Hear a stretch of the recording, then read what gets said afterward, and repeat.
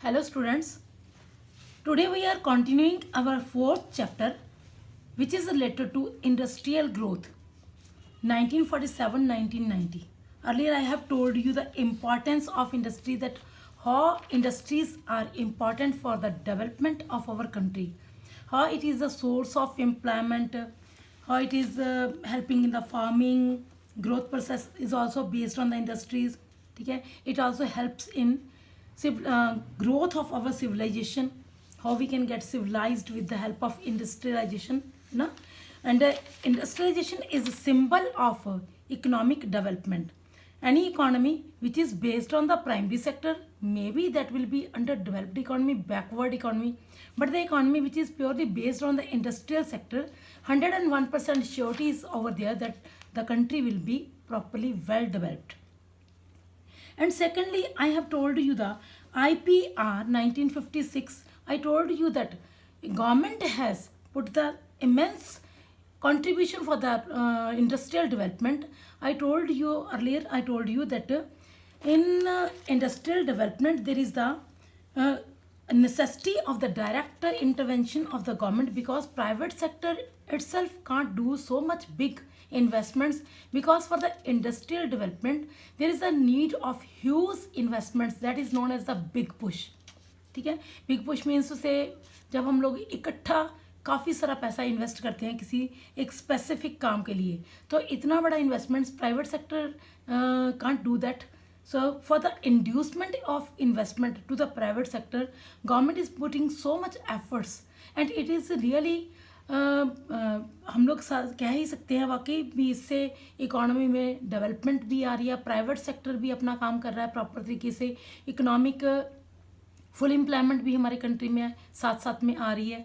So that is why industries are very important for our economy, especially for the Indian economy where there is a huge amount of population is there.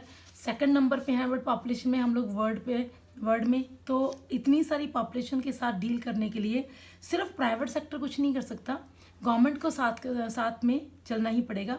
That is why government has made our economy three fold economy in which we have divided the industries in three parts. One part which is purely under public sector, other part which is purely under private sector, and third part which is on the मतलब कि it depends upon private as well as public sector both. कोई भी इसमें काम कर सकता है, ठीक है ना. वैसे तो मोस्टली इसमें वही काम है जो प्राइवेट सेक्टर के लिए छोड़े हुए हैं, ठीक है. बट इतना ज़रूर है कि whenever we want to start our business we have to take the license, and government will give you special concessions if you are doing your work in a specific remote area. और जहाँ पे government चाहती है किसी specific area को develop करने के लिए, गवर्नमेंट चाहती है कि आप लोग वहाँ पे इन्वेस्टमेंट करो, तो you will be given special industrial sops और concessions like holiday tax relaxation, rate of interest relaxation, etc. And now we are on our next chapter which is related to small scale industries. Only heavy industries या big industries are not possible in any economy. There may be some work which should be left for the small scale industries. Government had made many rules and regulations for the big industries, heavy industries as well as for the small industries. क्योंकि बहुत सारे काम ऐसे हैं बड़े जिनको heavy industries में ही किया जाना चाहिए, और बहुत सारे काम ऐसे हैं जिनको स्मॉल स्केल लेवल पे ही करना चाहिए. Small scale industries are those industries on which there is the investment of 5 crore, ठीक है, 5 करोड़ तक की जिसमें फिक्स एसेट्स पे इन्वेस्टमेंट किया हुआ है. That industries are known as the small scale industries. Earlier the limit was of 5 lakhs, क्योंकि 1951 तक जितनी भी इंडस्ट्रीज़ के ऊपर 5 लाख तक की मतलब कि इन्वेस्टमेंट की हुई थी on the fix assets, that were industries were known as the small scale industries. But now the limit is up to 5 crore. और ये इंडस्ट्री जो हैं ऐसी इंडस्ट्रीज हैं which are helpful for the development of the remote areas. और कई काम ऐसे हैं गवर्नमेंट ने specially in small scale industries के लिए फिक्स कर दिए हैं, कुछ रूल्स बना दिए हैं कि these industries will do this specific work. And heavy industries के लिए जो लार्ज स्केल इंडस्ट्रीज़ हैं उनके लिए कुछ अलग से रूल्स एंड रेगुलेशन रहेंगे कि ये काम स्पेशली लार्ज स्केल इंडस्ट्रीज़ में ही किए जाएंगे। That is why the three fold जो ये क्लासिफिकेशन की गई है उसका एक मेन मोटिव ये भी था कि स्पेशलाइजेशन करनी है, क्योंकि ये होता है कि बहुत सारे काम लार्ज स्केल इंडस्ट्रीज़ वाले करना शुरू करते हैं तो वो स्मॉल स्केल इंडस्ट्रीज़ वाले काम भी खुद ही कर देते हैं। तो इस टाइम पे अगर गवर्नमेंट चाहती है कि पूरी इकोनॉमी में प्रॉपर तरीके से डेवलपमेंट हो तो उसके लिए गवर्नमेंट ने कुछ लिमिट्स फिक्स कर दी हैं कि these works will be done under the small scale industries only and these works will be done under the large scale industries only, जिसमें क्या होता है कि large scale industries and small scale industries can become complementary to each other, they can be helpful to each other, क्योंकि large scale industries के जो मतलब कि रॉ मटेरियल है या जो भी स्क्रूज वगैरह या कुछ और स्पेयर पार्ट्स वगैरह हैं वो सारे काम अगर स्मॉल स्केल इंडस्ट्रीज में हों तो इससे क्या होगा, स्मॉल स्केल इंडस्ट्री भी प्रॉपर तरीके से डेवलप हो सकती है और वो लार्ज स्केल इंडस्ट्रीज़ के हेल्प के लिए हेल्पफुल भी हो सकती हैं। By this way, there are the specialization between small scale industries and large scale industries. Now we are having some three typical characteristics of small scale industries. बेटा वैसे तो मतलब कि स्मॉल स्केल इंडस्ट्रीज की करेक्टरिस्टिक्स तो बहुत सारी हैं बट हमने उनको 3 करेक्टरिस्टिक्स में कंपाइल किया हुआ है। इनमें क्या है, the very first is small scale industry is labor intensive and therefore employment friendly.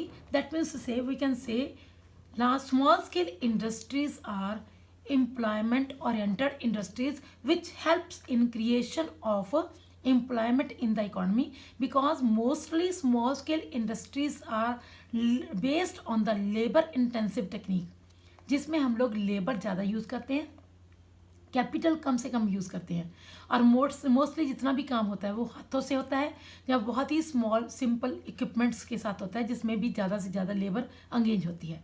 So that is why these industries are labour intensive industries and employment oriented और एम्प्लॉयमेंट फ्रेंडली इंडस्ट्रीज। जो large scale industries होती हैं उसमें capital ज़्यादा use होती है, so those industries are capital intensive technique से रिलेटेड। ठीक है। Second point is small scale industries are location flexibility या लोकेशन फ्रेंडली और देयरफॉर इक्वलिटी ओरिएंटेड।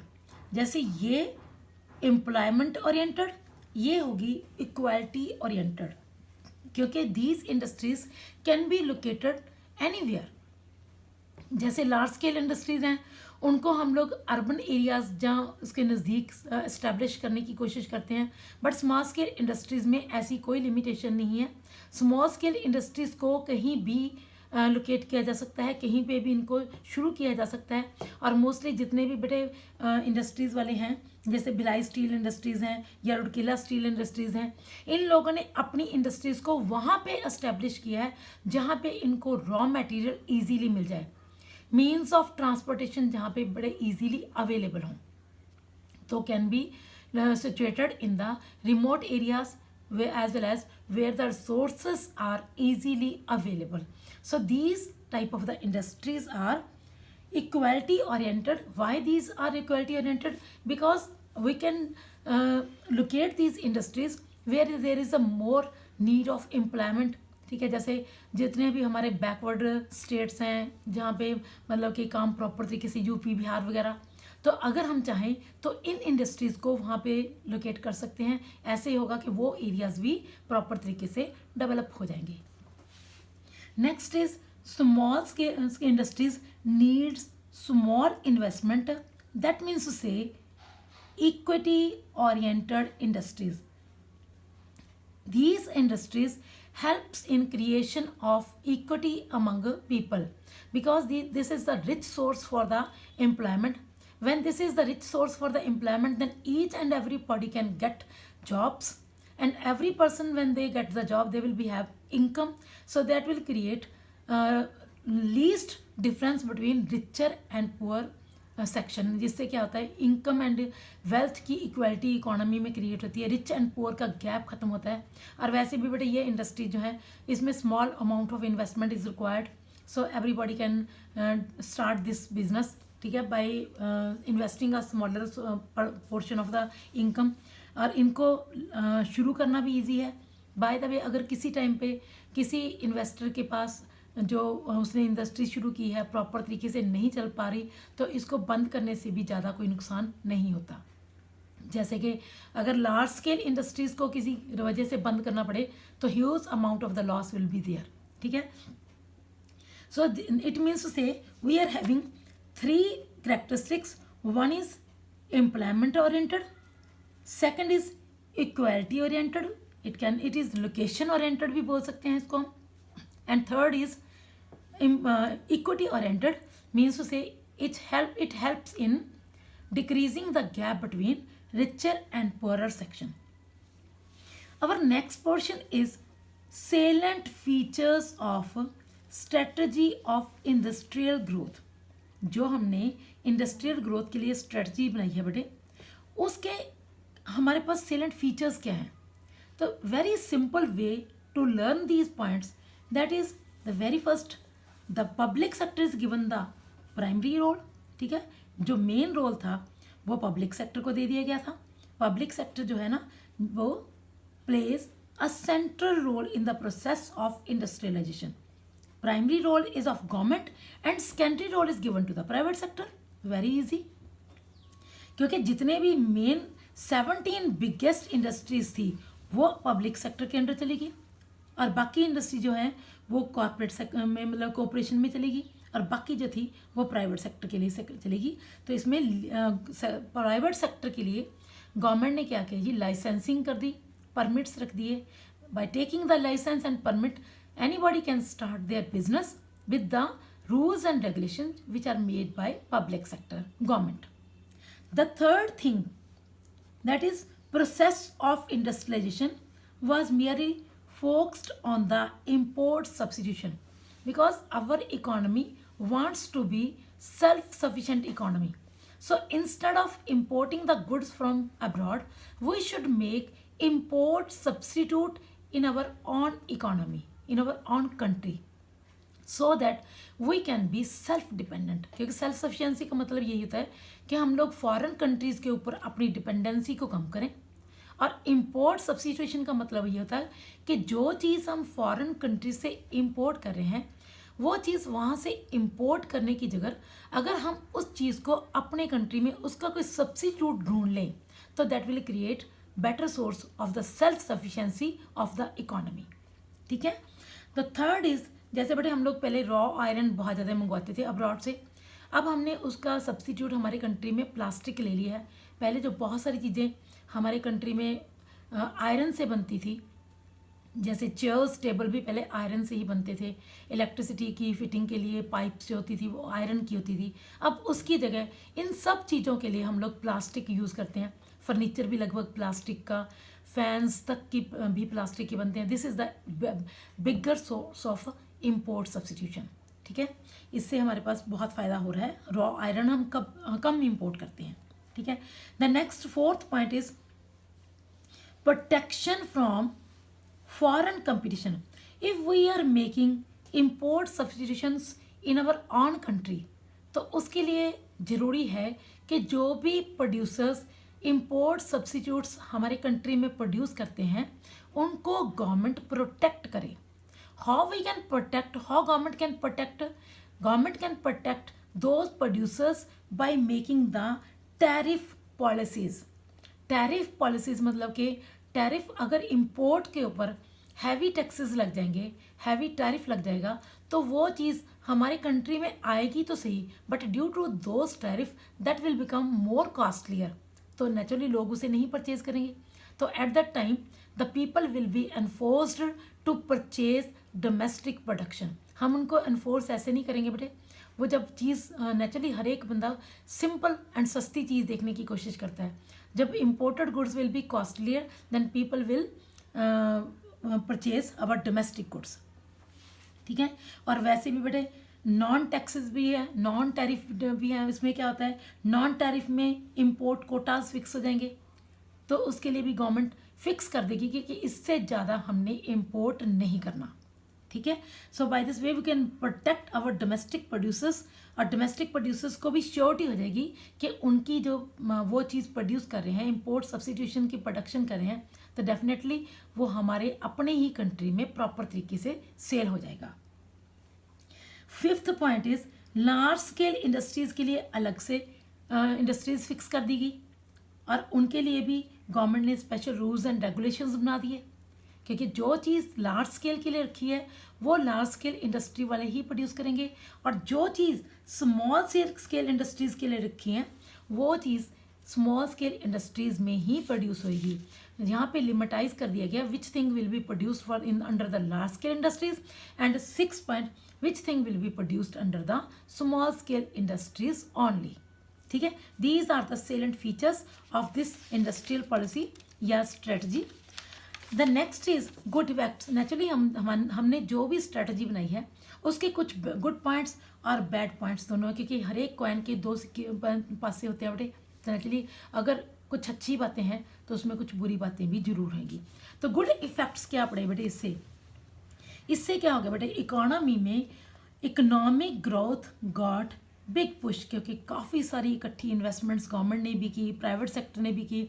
इससे हमारी कंट्री में जो ग्रोथ का लेवल था, वो इंडस्ट्रियल ग्रोथ का लेवल था, वो काफ़ी तेज़ हो गया, ठीक है। काफ़ी इसमें इंक्रीमेंट्स काफ़ी ज़्यादा हुए, बहुत अच्छी तेज़ी से हमारे पास प्रोडक्शंस हुई, ठीक है। और कई इंडस्ट्रीज़, इलेक्ट्रॉनिक्स इंडस्ट्रीज़ को बहुत ज़्यादा इंपॉर्टेंस दी गई, जिस वजह से मतलब कि उनको हमने बोला था सनराइज इंडस्ट्री, ठीक है। तो डोमेस्टिक इकोनॉमी में सनराइज इंडस्ट्री के नाम से हमारे पास बहुत सारी डाइवर्सिफिकेशंस हुई, ठीक है। Large scale industries grow up होगी। रुड़केला भिलाई स्टील प्लांट्स जो है काफ़ी इंपॉर्टेंट प्लांट्स थे, जो उस टाइम पे काफ़ी बड़े लेवल पे बन गए थे, और स्मॉल स्केल इंडस्ट्रीज ने अपना काम करना शुरू कर दिया। जो इससे क्या हो गया, इकोनॉमी में ग्रोथ भी होगी और इकोनॉमी में इक्विटी भी आ गई, सोशल जस्टिस भी सबके लिए हो गया, क्योंकि यहाँ पे जो काम लार्ज स्केल वालों का है वो large scale and small scale वालों के लिए स्पेशलाइजेशन होगी, जिससे इकोनॉमी में रिच एंड पुअर का गैप भी कम हो गया और इकोनॉमी ग्रोथ पाथ पे चलने शुरू होगी, ठीक है। बट इससे मतलब कि हमारी कंट्री में socialistic pattern of society proper तरीके से अचीव तो नहीं हुआ बेटे, पर हम उसके क्लोज जाना शुरू हो गए, उसके सिम्टम हमें नजर आना शुरू हो गए कि yes, economy is on the path of socialistic pattern of society. On the other hand if we are talking about the bad impacts, तो पब्लिक सेक्टर ने बेटा यहाँ पे कुछ मोनोपलीज क्रिएट होगी, ठीक है ना। मोनोपलीज क्रिएट होने की वजह से मतलब कि जब हमें पता है कि हमने गवर्नमेंट से लाइसेंस लेना है, परमिट्स लेना है, तो एट दैट टाइम परमिट्स कुछ इनएफिशिएंट लोगों को भी मिलने शुरू हो गए, इकोनॉमी में करप्शन फैलनी शुरू होगी, क्योंकि with the help of corrupt ways people started taking licence, ठीक है। इस तरीके से हमारी इकोनॉमी में कुछ इनएफिशिएंसीज क्रिएट हो गई। सेकंड नंबर पे डोमेस्टिक इंडस्ट्री को जब हमने प्रोटेक्शन दे दी, मतलब कि गवर्नमेंट ने फॉरेन से जो चीज़ें आ रही थी उनके ऊपर टैरिफ बैरियर्स लगा दिए, नॉन टैरिफ बैरियर्स लगा दिए, और ऑन द अदर हैंड हमारी डोमेस्टिक इंडस्ट्रीज़ में जो भी चीज़ें प्रोड्यूस हो रही थी उनको गवर्नमेंट ने प्रोटेक्ट किया, protection the, so that people can purchase domestic things only, subsidies provide कर दी उन प्रोड्यूसर्स को। इससे क्या हुआ बेटा, जो हमारे प्रोड्यूसर्स थे वो कुछ ऐसी ऐसी चीज़ें बनानी शुरू कर दी जिससे क्या हो गया कि चीप क्वालिटी की चीज़ें, क्योंकि अगर चीज़ फॉरेन से आएगी, फॉरेन कंपटीशन होएगा, तो at that time we have to produce the better quality goods. जब आपको पता चल जाए कि कंपटीशन ही ख़त्म हो गया, जब कंपटीशन ही नहीं है, तो at that time we can produce any type of the production, quality poor होनी शुरू होगी। जब क्वालिटी पुअर होनी शुरू होगी तो उससे क्या होगा, लोगों ने फिर जो फॉरेन कंट्री की चीज़ें हैं उन्हीं के ऊपर ध्यान देना शुरू कर दिया, जिससे हमारी जो ऐसी इंडस्ट्रीज़ थी उन्होंने काफ़ी ज़्यादा बैड इम्पैक्ट छोड़ा इकोनॉमी के लोगों के ऊपर, ठीक है। थर्ड नंबर पे हमने ये इम्पोर्ट सब्सिट्यूट क्यों ढूंढे थे? इम्पोर्ट सब्सिट्यूट इसलिए ढूंढे थे so that we can save foreign currency by export promotion and import substitution export promotion means उसे हमने एक्सपोर्ट को प्रमोट करना है और इंपोर्ट करने की जगह उसका सब्सिट्यूट हमारे अपनी कंट्री में प्रोड्यूस करके उसको यूटिलाइज करना है, so that balance of payment and balance of trade can be surplus. Balance of trade means उसे कितनी चीज़ें भेज रहे हैं और कितनी हम गुड्स वहाँ से इंपोर्ट कर रहे हैं, उसमें balance. And balance of payment means उसे जितना भी हम लोग इंपोर्ट कर रहे हैं उसकी पेमेंट हम कितनी दे रहे हैं, और जितना हम एक्सपोर्ट कर रहे हैं उसकी पेमेंट हमारे पास कितनी आ रही है। If the payment of export and import is equal, that is known as the balance of payment. But इस तरीके से जब हमने इंपोर्ट सब्सिट्यूट अपने कंट्री में प्रोड्यूस करना शुरू कर दिए और एक्सपोर्ट को प्रमोट करना शुरू कर दिया, तो उससे क्या हो गया, हमारे कंट्री के एक्सपोर्ट भी काफ़ी कम हो गए और फॉरेन एक्सचेंज रिजर्व हमारे पास आने की जगह वो श्रिंक होने शुरू हो गए, मतलब कि कम होने शुरू हो गए। ठीक है, इस तरीके से हमारी कंट्री जो थी उसके ऊपर काफ़ी ज़्यादा बैड इम्पैक्ट्स पड़ने शुरू हो गए और हम लोगों को वर्ल्ड बैंक से काफ़ी ज़्यादा पैसा बोरो करना शुरू कर दिया। अब ये हो गया, इतनी हमारी कोशिशों के बाद अच्छे इफेक्ट भी पड़े, नो डाउट, इसमें कोई डाउट नहीं है, बट बैड इम्पैक्ट्स भी पड़े। पर जब बैड इम्पैक्ट्स ज़्यादा हो गए तो at that time we made our new economic policy in 1991। वो हमारा नेक्स्ट चैप्टर है बेटा, ठीक है। In 1991 we made our new economic policy, जिसमें हमने जो हमारा ये जितना भी कुछ बैरियर्स थे या कुछ कोटाज थे या कुछ रिस्ट्रिक्शंस थी, वो सारी रिस्ट्रिक्शंस यहाँ पे आके हमने उनकी काफ़ी कम अमाउंट में कर दी। ठीक है, कुछ न्यू चेंजेस आई, वो हम अपने नेक्स्ट टॉपिक में करेंगे। और उसको नेक्स्ट टॉपिक को समझने के लिए बेटे आप लोगों को पहले ये चैप्टर को अच्छे तरीके से समझना बहुत ज़रूरी है, क्योंकि ये उस चैप्टर के कंपैरिजन में होगा। सो इस तरीके से इस चैप्टर को प्रॉपर तरीके से लर्न करना बेटे, ताकि हम अपने नेक्स्ट चैप्टर पे प्रॉपर तरीके से फोकस कर पाएँ। ठीक है बेटा, thank you and God bless you, have a nice time.